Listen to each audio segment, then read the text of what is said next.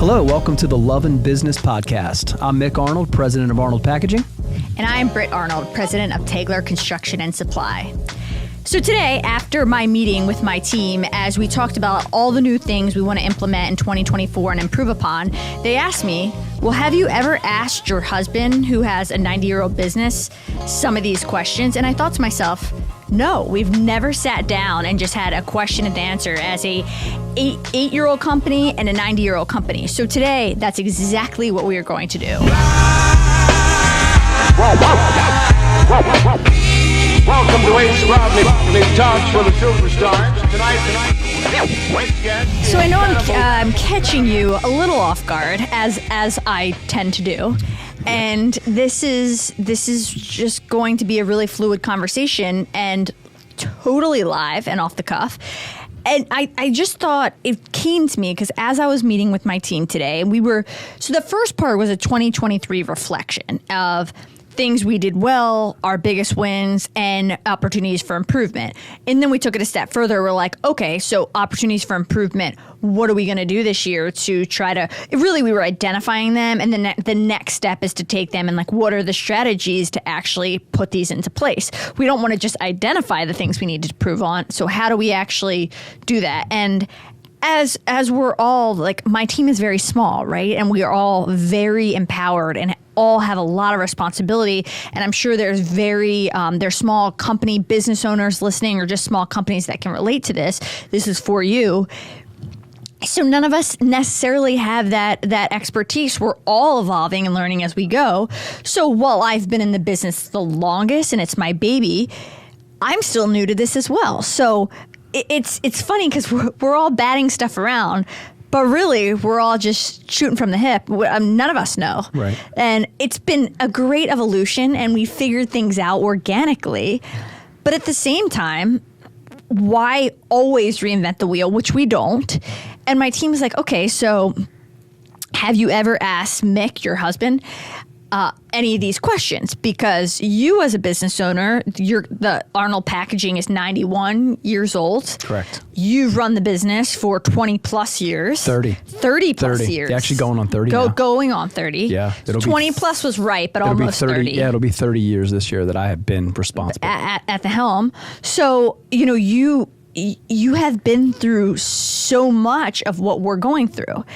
And I thought to myself, while we are talking constantly and we are always sounding boards for each other, rarely are we sitting there and I have your undivided attention where I can just ask you these questions for an hour.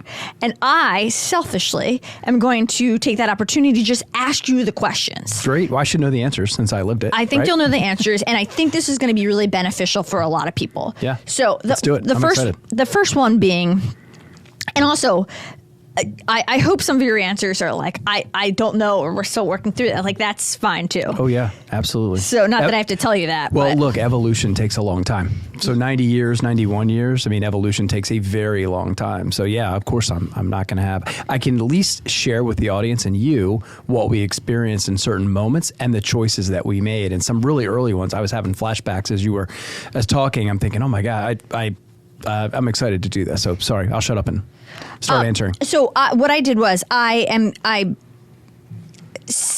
made these, the questions I'm going to ask you are a little bit broader. So they're not going to be unique to our business or industry. So I'm going to ask you the ones that are a little bit broader and more relevant to any business. So anybody that's listening can apply it. First one, as in the beginning, we've talked about this many a time. We were really hungry. We did a lot of things that were outside our lane, and you eventually find yourself doing way too many things. So we have, while we have gotten better at defining who we are and being clear on what kind of projects we want to do, what customers we want to work with, what products we specifically want to be experts in, we still are a lot of things to a lot of people, which we need to get better at. And it's just that mentality of saying yes and being hungry and scrappy. but we definitely have gotten better. And this year, we're really going to get clear on who we are and really narrow down. And I have niche written on this paper. Really find our niche, which we know is in the heavy civil infrastructure side of things. We're really going to actually limit. Or I don't limit, I would say, hone in on, focus on very specific products. Yep, good word. And in the process, that's going to mean we're going to be cutting out a lot of the things that we've done for a very long time to help customers. That's what, and so I'm struggling with this because I think one of the reasons we've been able to create so many strong relationships is because we have that mentality, whatever the customer wants, whatever the customer needs. But at the same time, I think we take away our credibility when we can't possibly do all of these things and be really good at it. I think we're good. I think we could be excellent when we really hone in on who we are and where we want to be. So how do we figure out what that fine line is? And how do we balance that and figure out like how to keep our customers happy, but also how to cut out some of that fat that we no longer want and just start getting very specific. Do you want me to ask the second question, or do you want to answer that one first? Go ahead, throw the second one in. Maybe we can wrap it all together. I imagine they're related. So yeah, let's do it.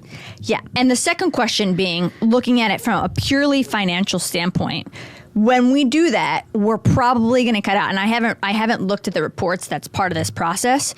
We're probably going to cut out when we figure out like these are just products that we no longer want to sell. It's probably going to be a third of our revenue stream. Mm-hmm. So how do you, and that to me is taking a step back to be able to take a step forward, which is fine, but it's also, you got bills to pay, you got people to pay. So how do you do that where in a strategic manner where you can financially do it and get to where you want to be, but understanding that you're probably going to be taking a step back? Yeah, two great questions, and they're related. So having been through, I'm going to give some examples along the way too of just things that we've experienced that had us making choices. I'm going to go back because when I got into the business, gosh, this is in the early 90s, we actually had, long before automation and some of the things we talk about, we actually had a business unit that sold spray equipment. No one knows about it. And quickie background, my father always wanted to sell spray and finishing equipment to the Baltimore market. Not that long ago, we made a tremendous amount of things in Baltimore, heavy manufacturing, whether that was shipbuilding on this exact plot of land. But actually, now that I think of it, the reason my father wanted to get into that part of the business is he wanted to sell to Bethlehem Ship because they were spraying battleships and spraying heavy industrial, and his father wouldn't let him do it. Said no, absolutely not. So again, father, strong entrepreneur, he said the hell with it and went out and started an entirely separate business called Arnold Sales and Service. You may or may not even know some of these stories. I don't know this. But we were in the spray equipment and sandpaper business. So sand down the metal, shoot paint. Very, very simple.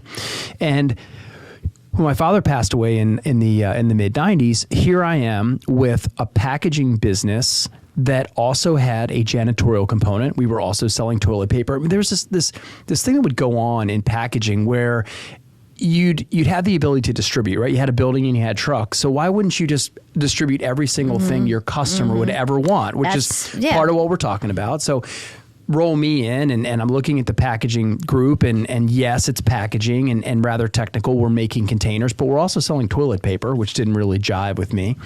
And then I had this whole other business completely unrelated that was selling spray equipment. And we got forced out of that business. And I'll tell you what happened. We talk about technical expertise a lot. And I think one of the things we'll wrap into this conversation is, what do you want to be? Do you want to be a supply specialist or do you want to be a technical expert? And we were very good technically. Lost a couple of salespeople, some things happened. And our biggest supplier decided to 80-20 their supplier base. And we got cut out as a supplier. They literally took us out of the spray finishing business because they stopped supporting us. And we didn't have enough internal technical expertise to carry on our own. So very shortly thereafter, I folded that entire business, just completely walked away. Now, here's the thing. They made us leave that business. I was sitting there watching it rot from within as this person left, as the manufacturing base of business started to dry up in Baltimore. It was leaving, and fortunately, they did me a favor by throwing us out of the business because I was just watching this slow burn. So I lost the business slowly, like your comment about, and it could be a sizable chunk of our business that we walk away from as we're rebuilding it. They forced us out. So there's a couple of things I learned in that moment. One, as related to packaging, that was never going to happen to us. We were going to build ourselves into such a strong technical expert that if every manufacturer stopped supporting us completely, it wouldn't matter. We'd have enough technical expertise in-house to go do what we wanted. And we weren't, and we would have even been okay if manufacturers stopped supporting, because they would also stop supporting our competitors, and we would have built the infrastructure, the technical infrastructure, to go take all of their business in that moment. And that's how we executed around that. So it happened to us. We had it done to us along the way. Also pulled out of the toilet paper business, that janitorial piece. We just said, Mr. Customer, there are people that are better at this janitorial component. Here's some names even. And we gave them names of suppliers that we're not going to compete with in the packaging biz. And we just gave those account relationships over, kept the packaging, but got away from it in the process. We cleaned up space. We took that space back. We replaced it with more valuable items that had higher margin or more technical in nature, which were stickier and had a better value proposition wrapped around them, which made them a better part of our product offering. So I think if I'm sitting in the room with your team, one of the things that you'd want to ask and make sure that you're very aligned around is, do we want to be supply experts or do we want to be technical experts? So supply experts, think Grainger, think MSC, think catalog houses, right? Where, I would encounter Grainger salespeople, and we have a salesperson on our team now that came from Grainger. They had this massive, massive book. I mean, the Grainger book, I don't even know if I could jump over it in my old age, but there was no way they could ever be experts on that entire catalog. But what they were good at is getting you the thing in that book that you needed, but you needed to know what you needed because they had no technical expertise. So to answer your question really quickly, that's exactly what we don't want to be. And nothing, obviously nothing against Grainger, those businesses. They do a fantastic job. That's not us. We're not in the retail space. We're not in as we're calling it, counter sales. Like we don't want that. And you also don't very much so project based. We also don't want to be in the transactional space, and that's where they are, right? We really pride ourselves and want to be part of the project management. That's right. Yep. So if that's the case, then you're going to have to look at some of those parts of the business that are very transactional in nature, where the only value you're adding is, I'm not sure. That's the question would be, the team is, all right, if we identify these segments of our business that are more transactional in nature, I would imagine if I look at the margin structure, they're probably lower, right? You're not doing anything that's very differentiated in those moments. And if that's the case, it's hard to command margin or a premium if you're not doing something that has some differentiation associated with it, or if the customers won't recognize it or assign value to it. So, I think as you're looking at those pieces of business and you're quantifying them, it might be easier than you think, because a lot of times that transactional business tends to be a little bit lower in margin, but it takes the same amount of bandwidth for your team to manage it, convert it. And we talk about opportunity costs on our podcast a lot. What are they doing while they're managing that lower margin business that's transactional versus what they could be doing if they were going after something that had more technical expertise? And I think you're on it, right? And we're in the same room a lot. That project management part of what you do is connecting the supplier and the ultimate end user, but also handling some of the logistics, making sure, I'd really be honing in on what is our value prop. What do our customers value because they benefit from it and would be willing to pay a little bit of a premium, not because you just want to price it as a premium, but because you're taking some of that burden away from them, and instead of them paying someone on their side to do it who also has opportunity cost, you're taking that part of it and saying, you know what, let us do this. We're excellent at this. You're excellent at that. So let us take that on, and you share some of that savings in the form of margin for us. business, and we'll just take that over. So I think that first cut as you're looking at that business would be, what are we great at? We touched last thing about the strategic analysis and opportunities and strengths, right? Strengths being internal and then converting them into opportunities external. Those are the things that you would look at. And I will tell you that this is all retrospective for me. Far too many times we had it done to us, but really I had it done to us because I was calling the shots. We had it done to us like the spray gun situation where the manufacturer decided to draw an 80-20 and the lower 20% of suppliers or distributors weren't getting coverage. They drove us out of the business. There was really nothing we could do because they moved us to phone support and we didn't have the technical expertise and we could not service the customers without the manufacturer helping.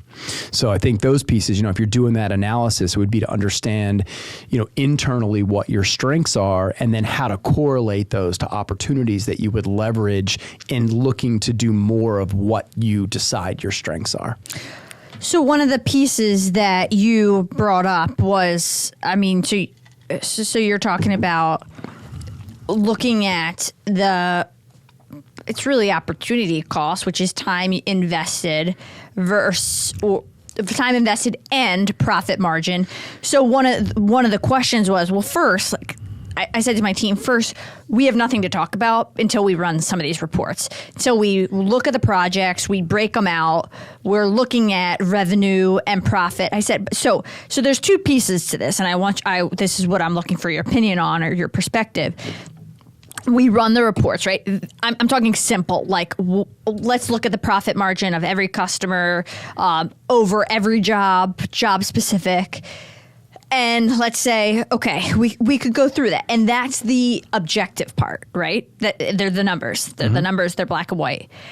Yet we could be making 8% on a customer, yet they are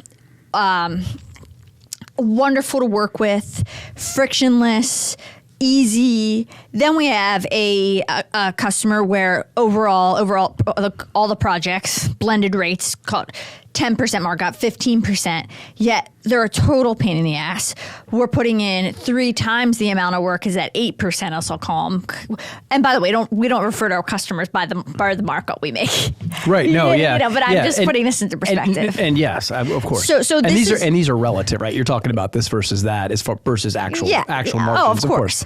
So but that's the subjective piece, right? Right. So you just can't look at the numbers. Like we've got to dig deeper. And I told my team, once we get those reports back, then we have to sit down in the room and we have to talk about, okay, Jorby's running this job. Jorby, what does that look like from a work perspective for you? How much time are you putting in? How hard is it? How challenging? Like where is it? Where are you deciding what's most important? Like how are you valuing that? Because it's not all about the numbers, and it's some of that matters, of course. Sure. We run a business, but also taking into perspective the time and the opportunity costs and the hassle or the ease.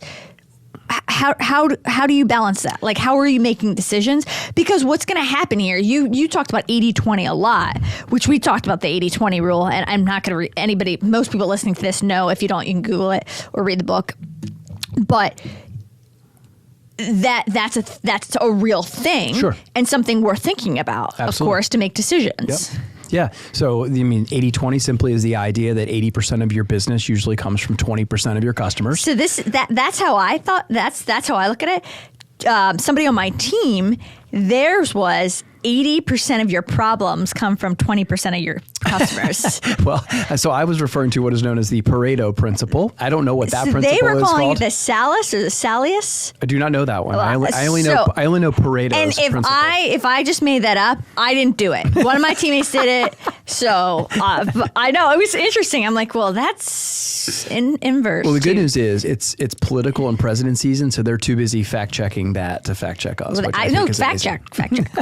So I would even go one step above to answer your question. I would go one step above and I would look at the segments first. So yes, the customers are going to fall into the segments, but I would look at the segments. Like you've said a bunch of times, in the podcast, we've talked about you making a very conscious decision to leave contracting and the construction, the direct labor and that delivery piece.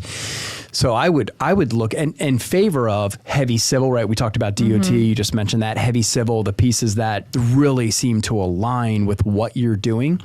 Versus like multifamily. Maybe. Yeah. But I would look at those segments first. I would segment that business and say, heavy civil is here. And can I throw another, because I need your perspective as you're talking about this. Yeah, of course. So that's another thing we are having a hard time how to look at the so one of the ways it could be as we're calling them like a one-time sale, a counter sale types transactions, project based, and then like multi-PO project based. There's 4 ways. Or you could look at it by industry, or we could break it up by product, because our bread and butter is lumber. Well, we have a lot of multifamily projects, but we don't love multifamily in general. We'd rather be in the infrastructure world. But lumber's our baby, like our bread and butter. So like it's very hard to figure out how we're breaking these jobs up. Or is it by product? Or is it by project? Or is it... Yeah, I would go back to, at least as it relates to, I would start with the segments. I'm staying there very intentionally. I would start with the segments. So you just mentioned a couple, right? We talked about DOT, heavy civil, and multifamily, right? Those are 3 unique, right? Because I don't think... Well, DOT's infrastructure work, a lot of it. Is They're heavy, the same. Is heavy civil in that same? Yes. Okay, so that whole bucket, right? That bucket, That bucket, multifamily, give me another bucket. So office. Okay, office, great.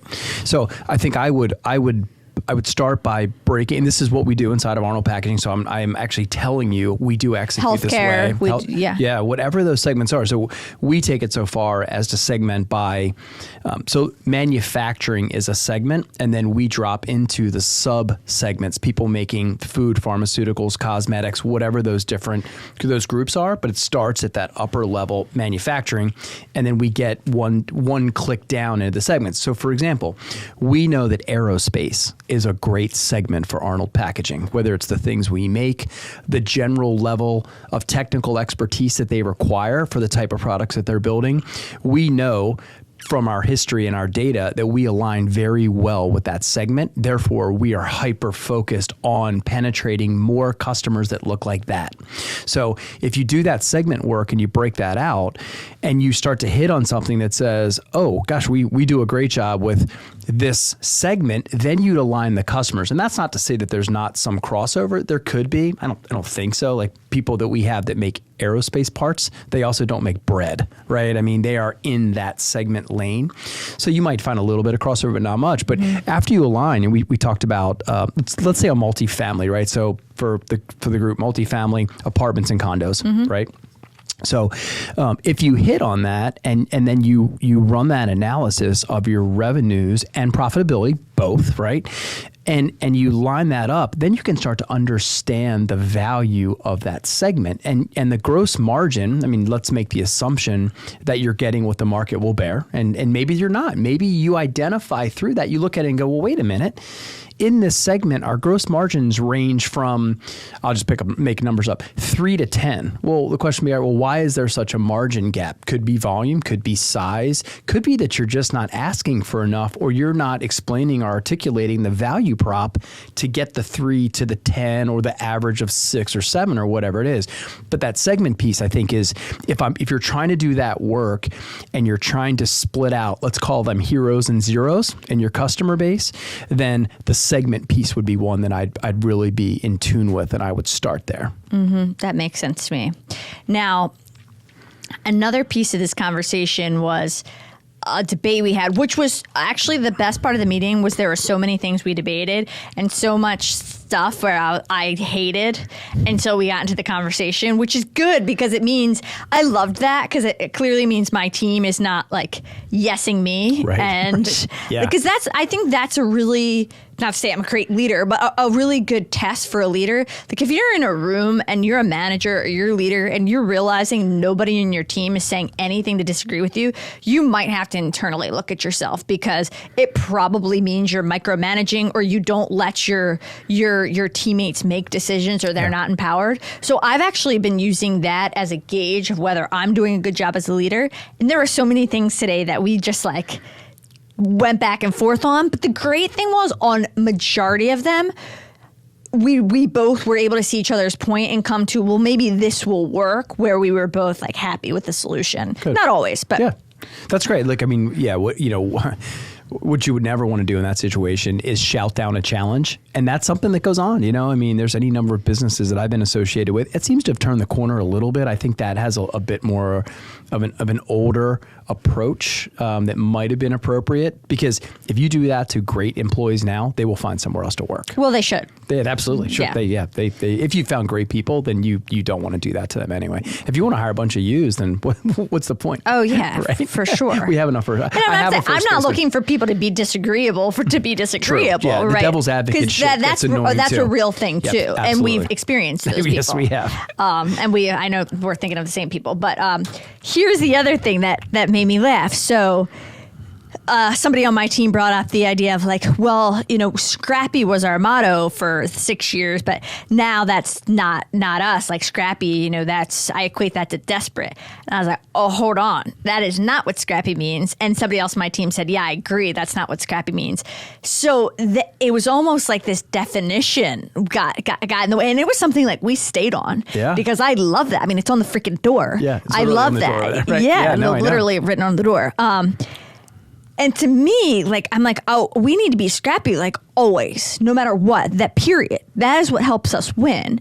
Scrappy doesn't mean desperate. Scrappy like that. I'm like, scrappy to me means doing things at all costs to get the job done. It doesn't mean that we don't have to, like, there's a very clear difference of defining ourselves and being very disciplined and being very specific. We can still be scrappy within that. Mm-hmm. Like, how do you view scrappy? Because I'm interested. I was so taken aback that in someone's head, they almost equated scrappy to desperate. I'm like, well, that's not at all. I don't put that connection together clearly. Yeah, no, I definitely don't. And this is not biased by you using either. This was my definition, because I've even said that we're not scrappy enough at times. Yeah. So to me, it would be more correlated with hustle, right? Yeah. Hustle and energy. And let me tell you what also for me correlates, or where I realized that we had taken some liberties. It's not being as grateful for your resources as you need to be, or even taking it one step further, being disrespectful for resources, right? And not really working and maximizing those resources, even partially throwing them away at times because you don't value them the way you should. That's what scrappy means to me. Or not finishing that negotiation, or not getting the vast majority or the most out of it. And by most, I don't mean leaving the other side a lifeless carcass either. I don't mean that, but I mean you've given it the right amount of attention, and that you didn't just gloss over and waste a resource in the process. That's what that word means to me, and nothing about desperate. Nothing at all. But at the same time, I learned a lot from what they were saying, because I did understand it. I did understand the idea of not being so scrappy that we're going to eat everything that we can because we're hungry and we need it at all costs. Right. So they have this mental picture of you digging in the trash can. Yeah, but it made sense to me. And then I further went on to say, well, guys, listen, like if we decide that we're really going to be hyper focused on a small amount of things, you have to realize, like, we've got to make up for the other third or whatever that is of revenue and profit, and hopefully more if we intend to grow. So you know what that means? That means that now, because to the date we've been very lucky, a lot of jobs come to us. That's right. Now we are really in the sales game. You got to get really scrappy. We got to go out and find these projects, because we have now limited our scope so much. There's not enough that's just going to be coming in the door like it has been. Right. Like, so now you're going to have to get scrappy in a different way. You're going to be sales on the street. Yep. Yeah. So, well, that idea, if you decide collectively, you do the analysis, and the segment called multifamily is really attractive, and you look at your customer base and you only have 3 people that are buying. Let's say they're all big JCs, right? And the nature of your business, you could have a small number of customers spending a tremendous amount of money depending on the projects that they're engaged in. So you'd have to look at that and say, okay, that's great. We love multifamily. Did you know we have exactly 3 customers in that space? Now, who's going to go get that 3 to 10 or 20, and what's that base look like, and where are they? How many are local? So that would be the next part of cracking that nut and understanding, after you segment that out and breaking through that, it would be, all right, if we decide this is great, like we're talking about aerospace. Aerospace is a great target segment for Arnold Packaging.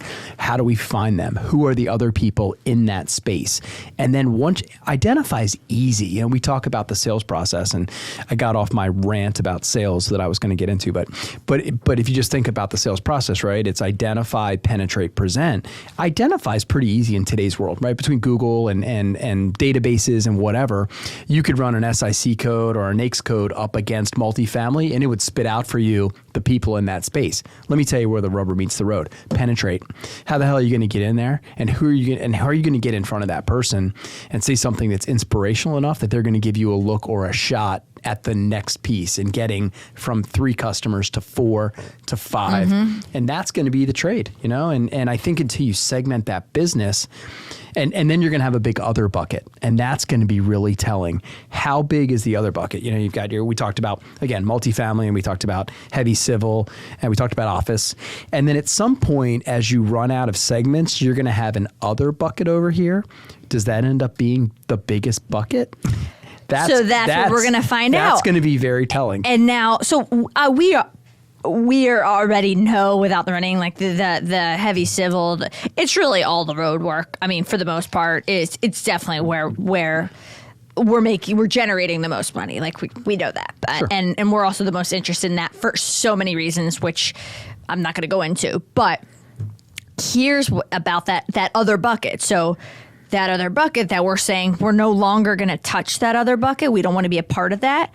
That is going to take a massive amount of discipline, because you're going to have customers that we really like that want us to do stuff in that other bucket. You're going to be used to, we just take everything. And like a lot of them have turned into great opportunities that have been outside of our typical scope. Are you going to be disciplined enough? Are we ready to piss off a lot of long-standing customers and vendor partners? Yeah. Because that's going to be part of this. And how do you manage that? I mean, these are people who have helped us get started. Yep. Well, listen, I think you have to lean heavily on the data. We're very data centric at our companies, not to the point we are not approachable or don't, are completely objective, right? There is some subjectivity. The question you asked a little bit earlier that I didn't get into was, all right, so we segment our business and we look at the margin return. That's a number. Those are just numbers. Sales minus cost equals margin.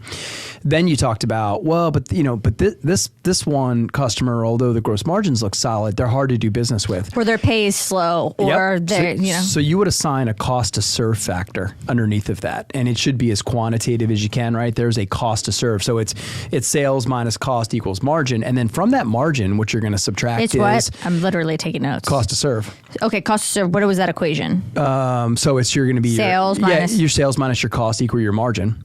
Well, yeah. And then from that margin, you're going to subtract that piece you were talking about, which is cost to serve. Okay, they make us do things multiple times. They don't pay us. Yeah. Their attention to detail is poor, which makes us double back and makes us give back some of that margin that we thought we were securing, but we don't, because nothing ever flows through easily with XYZ customer.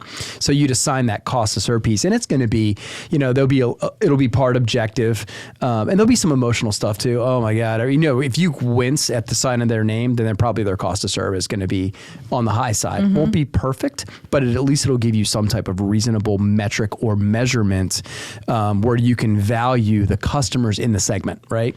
And I think one of the things that'll be really telling, there's going to be some customers that fall into the other that you're going to love. And it might change your thought around where your value prop is. You may have gone into it thinking, oh, we got to wipe all these others. You might learn from this exercise that there's a completely untapped portion or segment. Say, did you know that while ABC customer falls in the other, this is a great customer? The next question would be, well, what segment are they in? And why do we only have one customer in that segment? Yeah. I mean, what if and this is exactly what's going to happen. We're going to find a bunch, I'm sure, of great customers in that other bucket. It's like, we want to do this. We want to stay in a lane. And now we're identifying all these great customers that are in the other. What do you do? Because you're not able to do at all. Or you just continue to do what we've been doing. What if you learn that you were wrong about the lanes that you thought you should participate in? What if I'm not? Well, then you'll end up having to make a mathematical decision around that. Because if it is not productive, whether that's profitable and really we're talking about profitability, right? If it's not worth it, then despite loving them as human beings, then you can be friends and you don't necessarily have to be working part. You don't have to have a customer supplier relationship. But it could be worth it. They're in the other bucket. That's okay. Then you might if it works, it works. There's nothing wrong with that. There's nothing wrong with that at all. But then we're getting away from the whole point, which was to start getting very specific and start getting technical, because now we're still doing all these other things over here. But what we talked about too, though, is you said the technical piece or the real value prop was about the project management. Does project management in multifamily have to look terribly different than project management in other? Because if the value prop is project management, right? So I'm sorry to interrupt. If the value prop is the project management piece, is there significant differences in what it takes to manage a multifamily project versus what it takes to manage an other, and I don't know who that is, but an other project? Because that's what you told me the value prop was. No. So not if you have the same product. I mean, that's what I'm talking about, right? Well, we haven't talked about we haven't talked about you wanting to be a technical expert in product, right? Getting deep into the performance of the product. So to be great at project management, you do have to be technical and know what you're talking about on the product side. So that's an important, in my opinion, that's a very important piece of being a great project manager, is being very, I'm not saying, we've got manufacturer partners where we're learning a lot from and we're leaning on, but I think part of my vision and reason and intention behind wanting to get very specific with our products is so we can bring that technical expertise to our project management. Now, herein lies the problem, or what I'm challenged with, is if you break it up to segments, well, then it's not by product, and we're not going to say no to a multifamily project where they're slinging a bunch of 2x4s and thousands. That's a really good opportunity because it's in a particular segment when that's a product that is our bread and butter. Right. This is the challenge, and I'm getting into the weeds of like our specific challenge, and I'm sure a lot of other people though could look at what they're selling and what their services are and having a hard time of categorizing and figuring out where you want to go, and this is a real challenge. Right. Well, if, for example, though, we came off of segments for a little bit and started to talk about a product-driven strategy, right? Then, if you would think then if a wheelhouse item for you is lumber and multifamily is a huge consumer of lumber, then you're likely going to love that segment too. Right, it's going to be a valuable segment for you, even if you only ever decide to sell lumber into it. But it could also create a question around, well, what else? We're great at this segment. They seem to love us. We have their attention because of the great job we do with lumber. Are there supplies or things that they are also consuming that we don't have in our base that we could just take orders for because we own the relationship and we've created the credibility? How do we identify the demand and then go find the supply? So that's what we're doing now, and that is what has brought us to the point of we're everything to everyone. It's exactly what we don't want to be. Okay. Yeah. Then I think then you would love the multifamily. And you'd love lumber because it's something that you're great at, but you wouldn't approach any other products. And it wouldn't be. I mean, there certainly we have other products, but I guess what I'm saying is, if maybe it is maybe we're getting to the point where it is product driven and not as much segment. naturally you're going to have more of one product being sold. Like we're not selling pipe that goes in the ground, like that's, or there's certain, like that's infrastructure work. Like you're not going to be, once you get into a multifamily job and we're on the building side, they're not going to be asking for pipe. We've already done But let's understand something. But understand something. If you decide to sell fewer products to more people, the transactional intensity goes up. Different than selling lots of products to fewer people. So I'm not sure that what you said is completely accurate, meaning that whole idea of everything to everybody, that's actually everything to very valuable segments where you have a very strong value proposition and therefore can compete very well and very aggressively in those segments. That's what that is. I think that's one way to look at it. The other way to look at it is when you are selling so many products, it means that you have a lot of manufacturer and vendor partners, or whether you're in the construction space, no matter what space you're in, if you have a lot of products that you're selling. If we do narrow our focus and get very specific, it allows us to take the time to really, really nurture those vendor partnerships. And that is where I find that we might be able to pick up, whether it's, okay, what can we get more competitive on this pricing? If we drive more business to you, can we get more of a discount? Can we get more of a distributor? Like those are the things that we haven't been able to dig into because our bandwidth has been so spread. So I'm thinking like if we get very specific, now we can really learn the products. Now we can talk about value proposition, more technical expertise to our customers.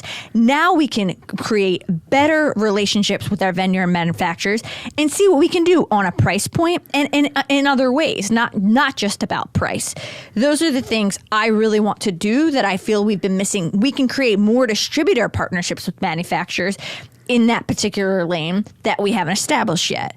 These are all things that we just haven't dug deep into, and I don't know how we would do that until we get focused. Well, then one thing, so think of, and you can name them or not name them, think of a manufacturer that you have a great relationship with and you love doing business, either because they have quality products, they're technical experts, they deliver on time, right? They are a very valuable partner for all of those reasons. Can you think of one or have one? We have plenty, yeah. Okay. Then I promise you, they know the segments of their business. So if it's that you like that business or you love that supplier, then the question to them would be, which segments are you most focused on and which segments do your products go into? Because we want to market there because we love working with you and we know we have a high success rate. So we do a great job over here. What other markets are you selling into? Because we want to go attack those also. So a suggestion would be align with the vendors and manufacturers that you love working with and come up with a strategy for that with them, as opposed to, so it's almost like bottom up. Push. Yeah. So that has a push feel to it, right? Go to the supplier and identify the segments and push out to them, versus a pull would sound like going to your valued customers that you have great relationships and asking them about other things they buy, and then identifying the suppliers and pulling it through to them. Mm-hmm. So one more of a push mentality and one more of a pull mentality. And one of the things we talked about, which we actually left a note about to bring up in a podcast, this is perfect segue, was how to identify great partners or customers. And one of them is, are they testing their loyalty to you? Are they willing to go, or your vendor partners, excuse me. So if you bring a customer to them, so I'm bringing a GC to my manufacturer partner for a job or a project that they would never be a part of, or a customer they have no relationship with. Are they going to, and they could sell direct to that customer, but I am bringing it to them.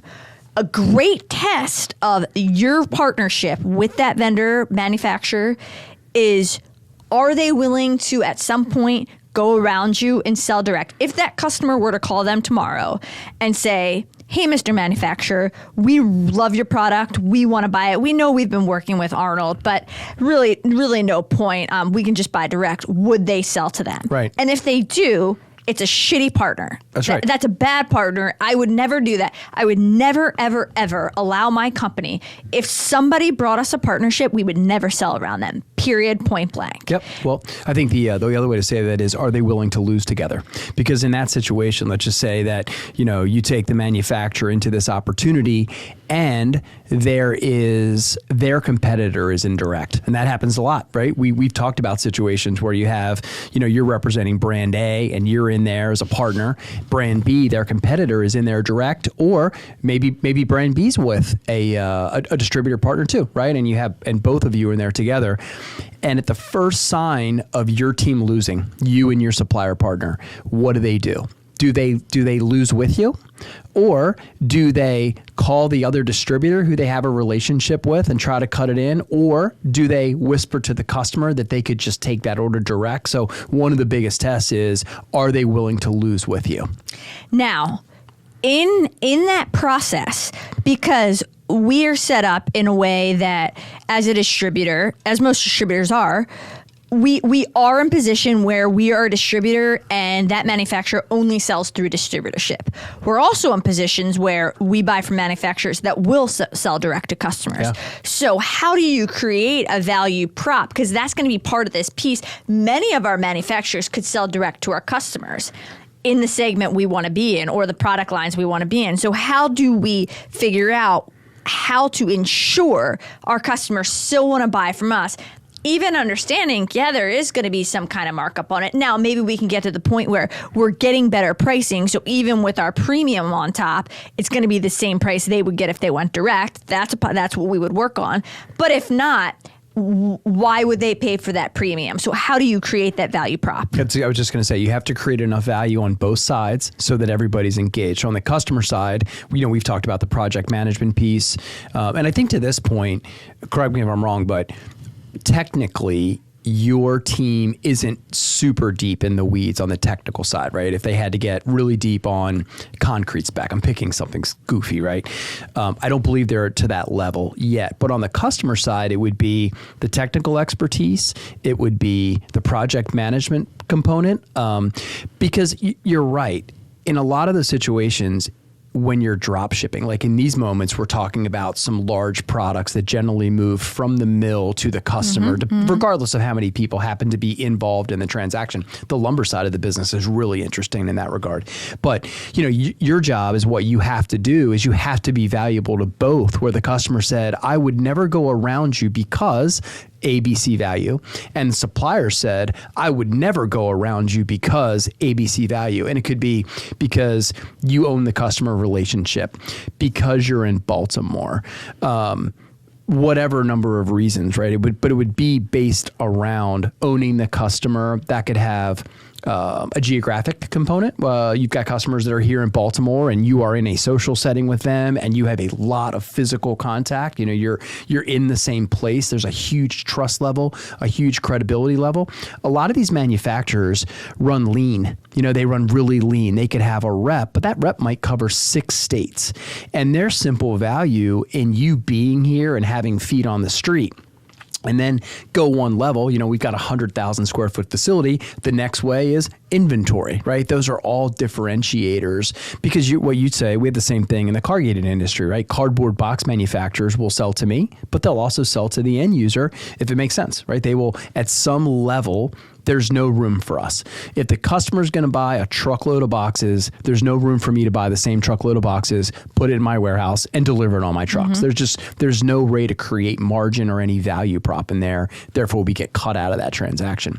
But as you get to different end users or smaller end users, maybe the end user has space constraints, and there is value to you delivering on a smaller increment while leveraging the cost advantage of buying the big truckload, and you can create your margin in that space. But the short answer is you do that by creating enough value proposition on the customer side and then also on the supplier side, where neither would dream of you not being part of the transaction because you're so valuable to both.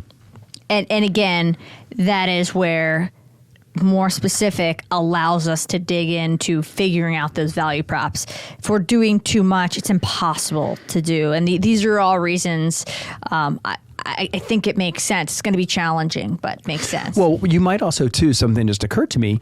It might be that, because I'm in and around your conversations and hear them, I do know that part of what customers love about working with you is you do handle some of that hard logistical piece, right? Where what you might be trying to get out of, or the thing that you have to be careful of, is what you might be trying to get out of is the exact thing that your customer loves you doing for them, because it is hard or it is sticky.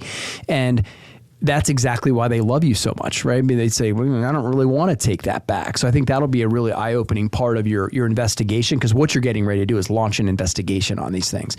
A really interesting part of that investigation will probably be around, why do they value us? And you might find that certain customers, they don't care about your technical expertise or lack thereof in a moment, or they don't care about this or about. They just love the fact that when they give you the order, the stuff gets to site on time. It's right thing, right place, right time, and that's of the biggest value, because of the things that they can do while they're not worrying about that supply component. And that's the soul searching that you'll do around that is going to come back with some very interesting answers. And how many purchasing customers do you have? Ballpark, No, I don't. Yeah, so that's going to be one of your biggest things too. I mean, the first thing is when you start to segment them. So I do, but currently active in the last year, I would have to look. Yeah, so that rolling 12 is a great start. Yeah. It's an elephant. How do you eat it one bite at a time? Rolling 12 is a great way. Who are our rolling 12? Who bought in the last 12 months? Let's look at that list and let's start by segmenting them. When you start to dig into that soul searching, and then from there, you have conversations, because you have to go to the person that owns a relationship and say, why does XYZ buy from us? If I ask you a question, why do they stick around? Because they buy pipe and it always ships in truckloads. And we know that that supplier would just as soon take that order and go right past us. Why don't they? Why doesn't the customer go to them directly? That's where you'll find the answer to your value proposition for those customers. And those are strengths, and then you will leverage them into opportunities. That's where it comes from. Yeah. Okay. There's so many. I could go down this road a little bit more, because while I hear that, I still don't know. I hear you, and I get it. Well, look, I mean, I think the biggest part of this is starting, right? Because we could sit here and bat hypotheticals around for a really long time. Well, what if? Well, what if? Well, what if? Then I find, and one of the most fulfilling parts of what we're talking about is that actual investigative journey, and doing it together, and your team will learn so much through going. Let me give you a simple one, right? We have these 91-year aha moments. A lot. It's crazy. Like, oh, well, 91 years, you must. Bullshit. We don't have a lot of it figured out. That's why the evolution takes billions of years. And inside of the half-life of older companies, there's evolutions going on all over the place. Do you know, this will blow your mind, we just started tracking the total number of purchasing customers, right? I mean, if you listen, we're big CNBC fans, and it would be monthly active users. That's one of their big triggers, right? MAUs. How many MAUs? How many MAUs? Big metrics for them. Similar one to us is rolling 12 purchasing customers, right? How many, if I look back 12 months, how many people bought something? And then when you click forward the next month and you watch the change, did we net positive add purchasing customers or net negative? We had a month, I'll give you a case in point. We had 4 net positive customers. You know how we got there? We gained 156 and we lost 152. Positive 4.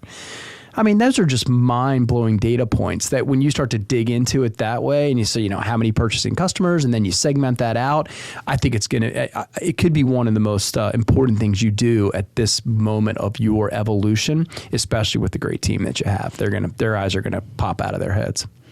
And I think part of this is going to be like, it's not our vision of this is not going to be perfect, and there's going to be things that don't work out. And it's like you got to keep testing it. So we could be testing down a dead end for 6 to 8 months and realize this is not where we want to be and have to turn around, which we could do. Can happen. I would say that, the type of diligence that you'll do, I don't know that you would. I think you have much to too great of an understanding and your fingers on the pulse of the business far too much that would have you doing diligence that would have you that far off the mark. I don't think that's likely. I really don't.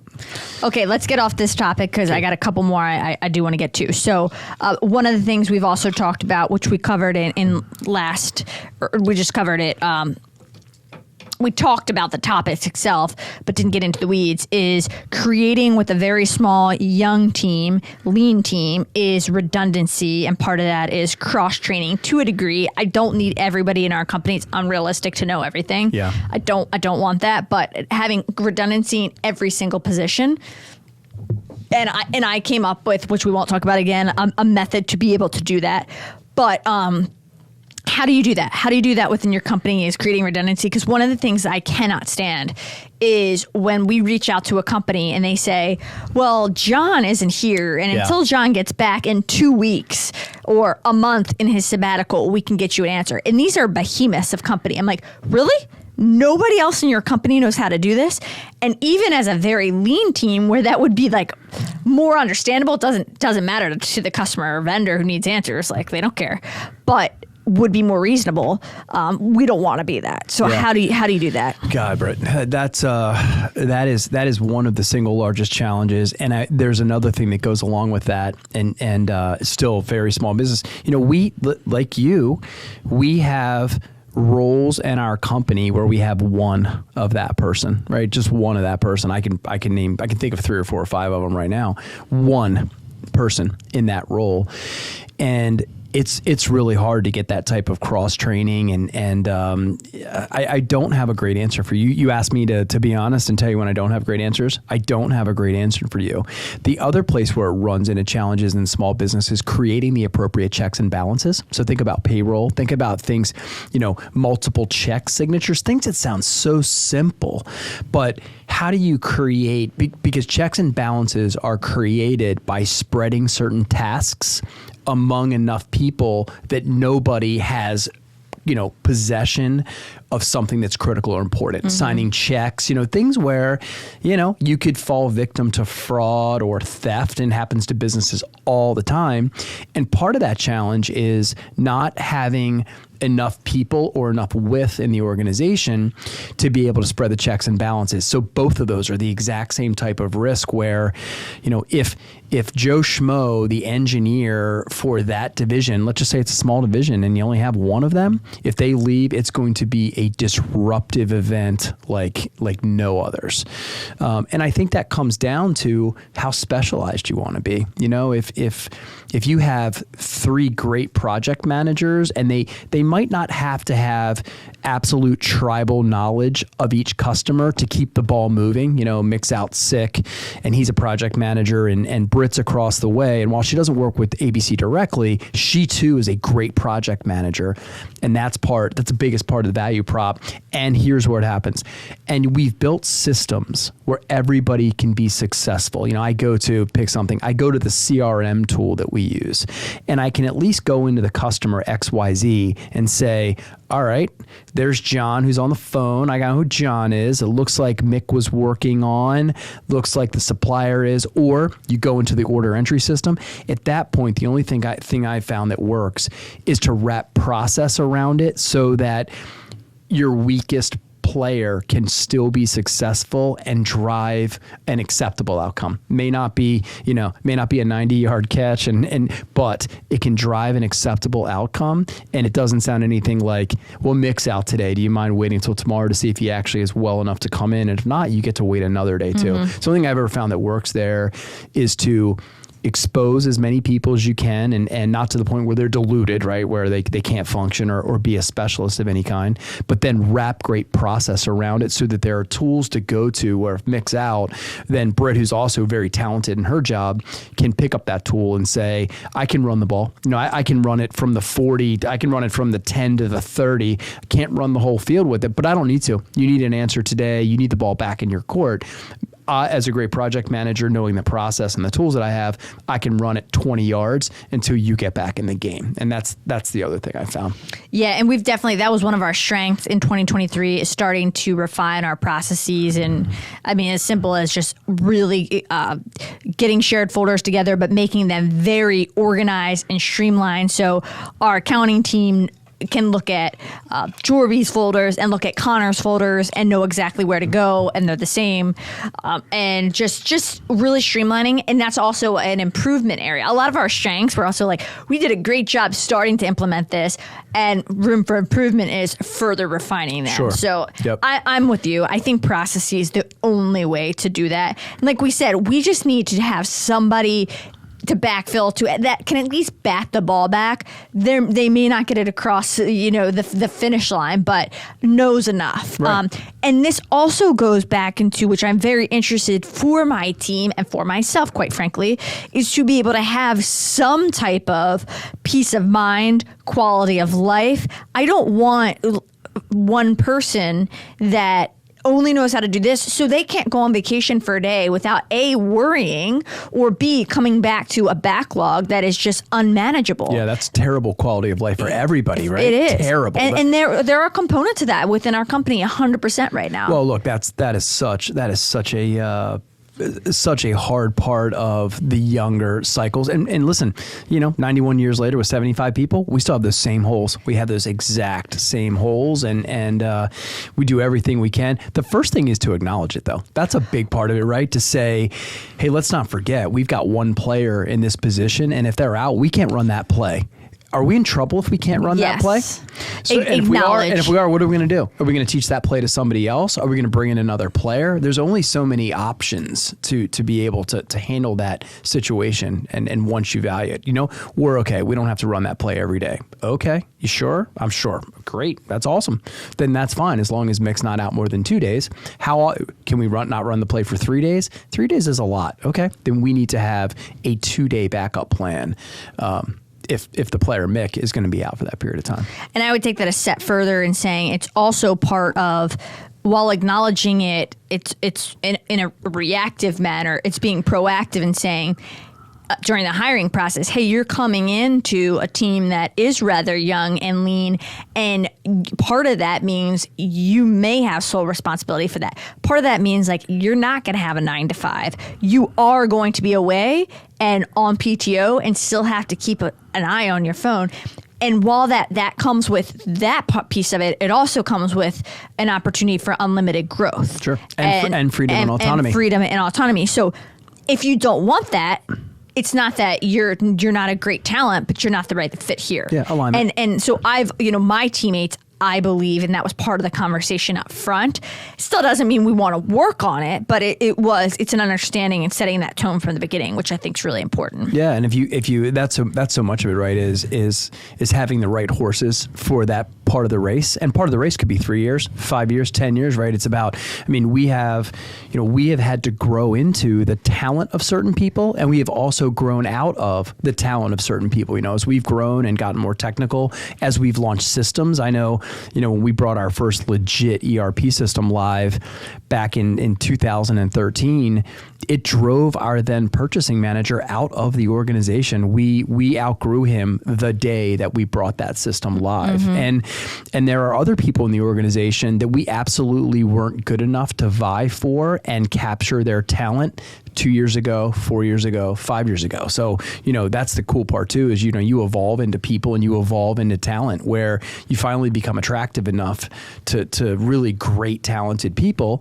And that alignment becomes so important, right? Because part of that is you also, you need to find people that are diverse and they like to try new things and they like to have a wide range. If they come into a smaller organization with tunnel vision, it's going to be hard to find a spot for them because you're not going to be able to just do this or just do that. Some days you're going to get called on to support a buddy and you're going to get called on, you might have to move from guard to center and you're going to be okay with that because the guard's out with a banged up ankle, right? You're just going to, and that's the part of that is, we've finally starting to do a better job. We as we evolve new positions inside the company, Doesn't mean you always get the first player right. We've had some failures recently with players because we created a position, but we didn't absolutely nail the type of player that we had to have in that position. And that's one of the really big challenges for smaller organizations too is,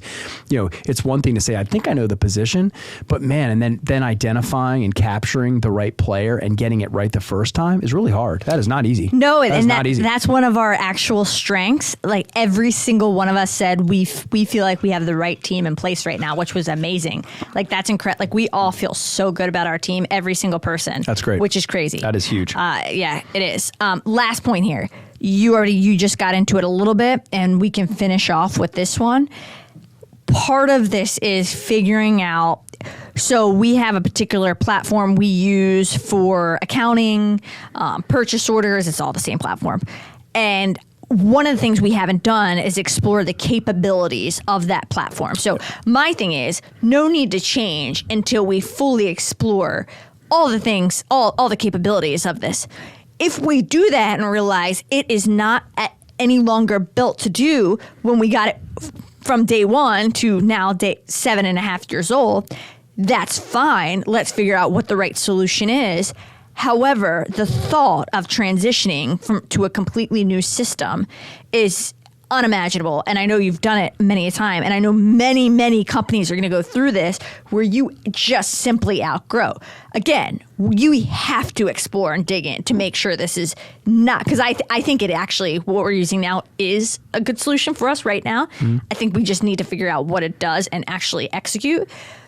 But when you get to the point where it's no longer, like, how do you even make that transition without it's unfathomable. It's unfathomable. You look exhausted thinking about it. Because all the information is just there, and yes. Yeah, I'll tell you, I did this personally. We bought our first legit software system in 1997. I was there, and coming out of the old AS400. Some of our older listeners will know the AS400, and got into an ERP, like ERP, enterprise resource planning software, is a family of software products, brand new. It was hardly a thing in 1996. So brought it live in 96. We bought a company in 2011, and the second we closed that transaction, we obsoleted our ERP system. We were too big for it that day. Guess what? I didn't know it. Never crossed my mind, because the company that we bought, despite being similar in size, revenue, way more intense, way more transactionally intense.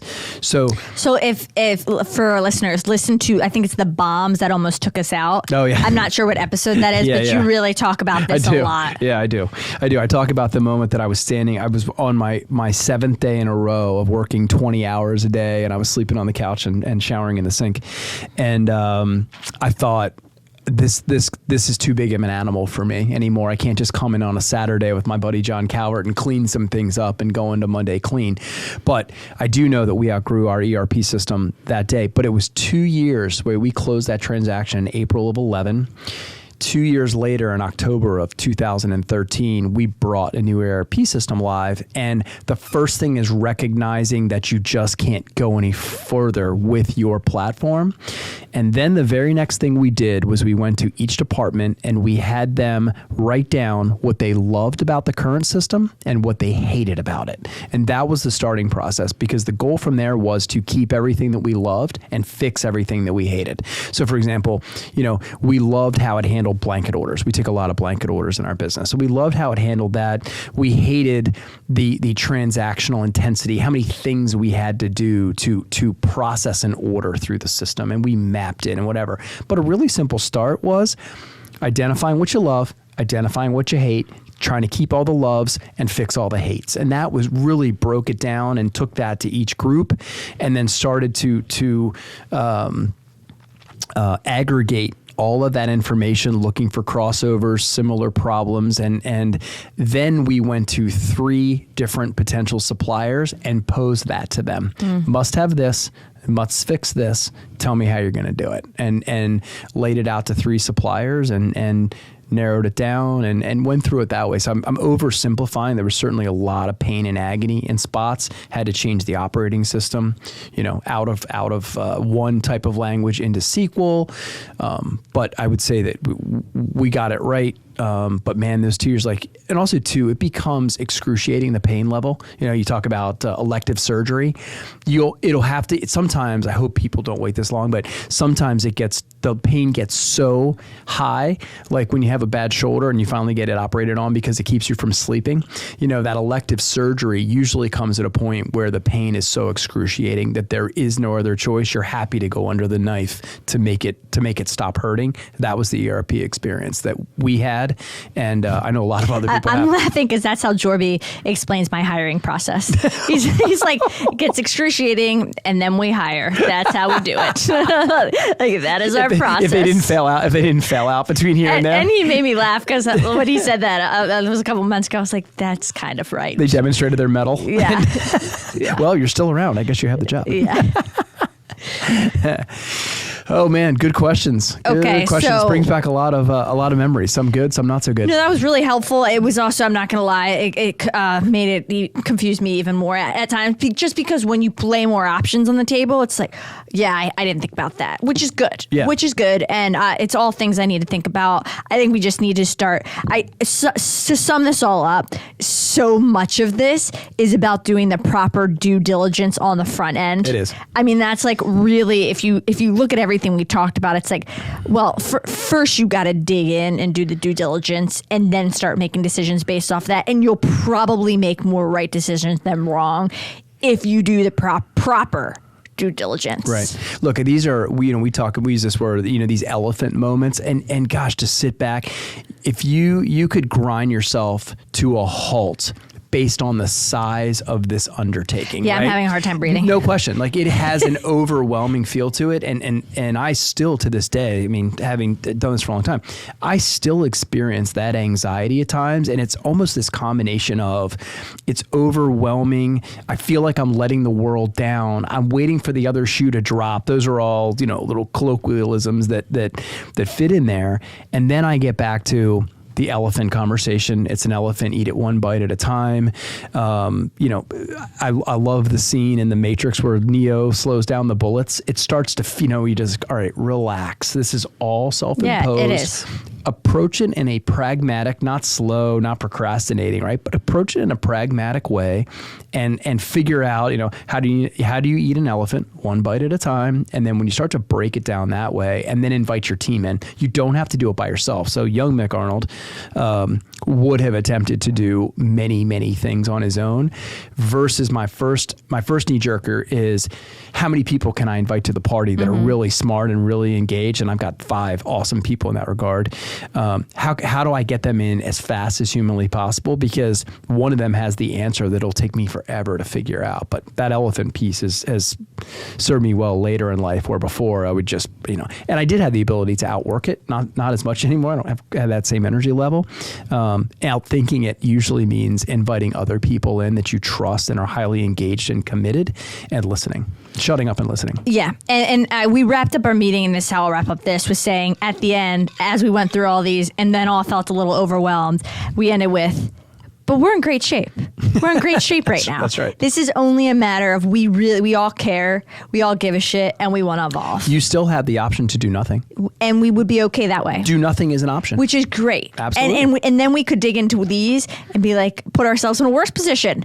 I don't think that's going to happen, but it's possible when you start testing and trialing. Sure. Last thing, I do want to give out a shout out to my team, because I'm definitely going to require that they listen to this.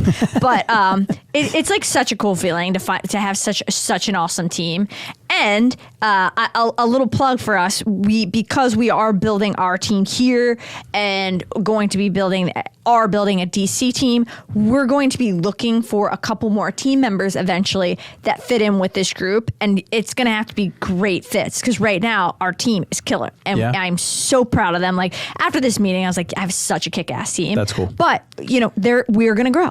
And so if you listen to this stuff and it resonates with you and you think maybe this is, there's value there, let's have a discussion, reach out to us, anybody on our team, because it's all forthcoming. Yeah, look, A players want to play with A players. Yeah. And both of our teams, we have no intentions of letting anything but A players onto our teams. Yeah. So great conversation. I love the questions and boy, this one flew by. Brought back some painful memories. I appreciate that because those are important.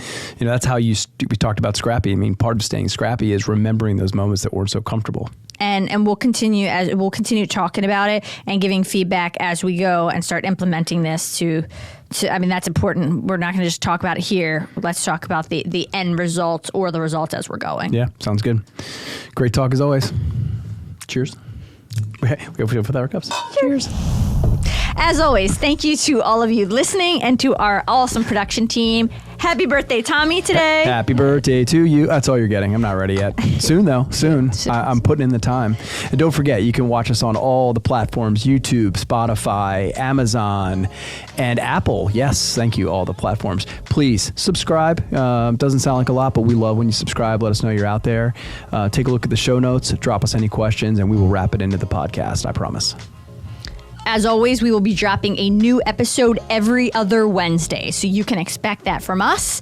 And thank you again. We appreciate you, and we love you guys. Can't wait to see you soon.